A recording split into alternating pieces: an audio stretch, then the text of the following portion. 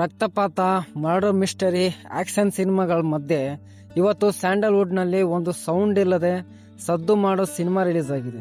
ಅದೇ ಡಾಕ್ಟರ್ ರಾಜ್ಕುಮಾರ್ ಅವರ ಮೊಮ್ಮಗ ವಿನಯ್ ರಾಜ್ಕುಮಾರ್ ಮತ್ತು ಮೇಘಾ ಶೆಟ್ಟಿ ನಟನೆಯ ಗ್ರಾಮಾಯಣ. ಥಿಯೇಟರ್ನಿಂದ ಹೊರಗೆ ಬರ್ತಿರೋ ಜನಗಳು ಈ ಸಿನಿಮಾದ ಬಗ್ಗೆ ಏನ್ ಹೇಳ್ತಿದ್ದಾರೆ? ರಾಜ್ ಕುಟುಂಬದಿಂದ ಮತ್ತೊಂದು ಹಿಟ್ ಸಿಕ್ತಾ? ನೀವೇನಾದ್ರೂ ವೀಕೆಂಡ್ ನಲ್ಲಿ ಈ ಸಿನಿಮಾ ನೋಡ್ಬೇಕಾ ಬೇಡವಾ? ಕಂಪ್ಲೀಟ್ ಪಕ್ಕಾ ಮಾಹಿತಿ ಈ ವಿಡಿಯೋದಲ್ಲಿದೆ, ಸ್ಕಿಪ್ ಮಾಡದೆ ಕೊನೆವರೆಗೂ ನೋಡಿ. ಫಸ್ಟ್ ಆಫ್ ಆಲ್ ಸಿನಿಮಾದ ಕತೆ ಹೇಳ್ಬೇಕು ಅಂತಂದ್ರೆ ಇದು ಹೆಸರೇ ಹೇಳೋ ಹಾಗೆ ಪಕ್ಕಾ ಹಳ್ಳಿ ಮಣ್ಣಿನ ಸೊಗಡಿನ ಕತೆ ಅಂತಾನೂ ಹೇಳ್ಬೋದು. ಸಿಟಿಯ ಜಂಜಾಟದಿಂದ ದೂರ ಉಳಿದಿರುವಂತ ಒಂದು ಕತೆ. ಮುಗ್ಧ ಜನರು, ಅಲ್ಲಿನ ರಾಜಕೀಯ, ಗೌರವ ಮತ್ತೊಂದು ಮುದ್ದಾದ ಪ್ರೇಮ ಕತೆ ಕೂಡ ಇದೆ. ಇದ್ರ ಸುತ್ತಾನೆ ಡೈರೆಕ್ಟರ್ ದೇವನೂರ್ ಚಂದ್ರ ಅವರು ಕತೆನ ಹೆಣೆದಿದ್ದಾರೆ. ಹಳ್ಳಿಯಲ್ಲಿ ನಡೆಯೋ ಒಂದು ಸಣ್ಣ ಇನ್ಸಿಡೆಂಟ್ ಇಂದ ಇಡೀ ಊರಿನ ನೆಮ್ಮದಿನೇ ಹದಗೆಟ್ಟು ಹೋಗುತ್ತೆ.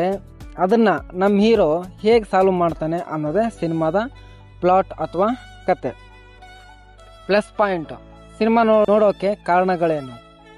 ಸಿನಿಮಾದ ಪ್ಲಸ್ ಪಾಯಿಂಟ್ಗಳ ಬಗ್ಗೆ ಮಾತಾಡೋದಾದ್ರೆ, ನಂಬರ್ 1 ವಿನಯ್ ರಾಜ್ಕುಮಾರ್ ಅವರ ಆಕ್ಟಿಂಗು.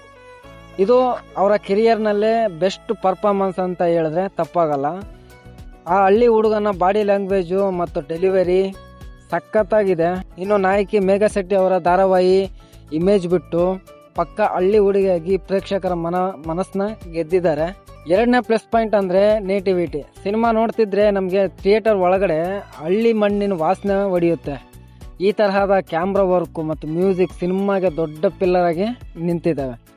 ಮೈನಸ್ ಪಾಯಿಂಟ್ಸ್ ಎಲ್ಲೋ ಒಂದ್ ಕಡೆ ಮಿಸ್ ಆಯ್ತಾ? ಆದ್ರೆ ಬ್ರದರ್ಸ್, ಸಿನಿಮಾದಲ್ಲಿ ಮೈನಸ್ ಅಂತ ಏನೂ ಇಲ್ಲ. ಸಿನಿಮಾದ ಫಸ್ಟ್ ಹಾಫ್ ಸ್ವಲ್ಪ ನಿಧಾನ ಅನ್ಸುತ್ತೆ. ಡೈರೆಕ್ಟರು ಹಳ್ಳಿಯ ವಾತಾವರಣ ಮತ್ತು ಕ್ಯಾರೆಕ್ಟರ್ಗಳನ್ನ ಎಸ್ಟಾಬ್ಲಿಷ್ ಮಾಡೋಕೆ ಸ್ವಲ್ಪ ಟೈಮ್ ತಗೊಂಡಿದ್ದಾರೆ. ಇನ್ನು ಸೆಕೆಂಡ್ ಹಾಫು ಬರ್ತಾ ಬರ್ತಾ ಕತೆ ಮುಂದೆ ಏನಾಗುತ್ತೆ ಅಂತ ಪ್ರೇಕ್ಷಕರಿಗೆ ಈಸಿಯಾಗಿ ಗೆಸ್ ಮಾಡ್ಕೋಬಹುದು.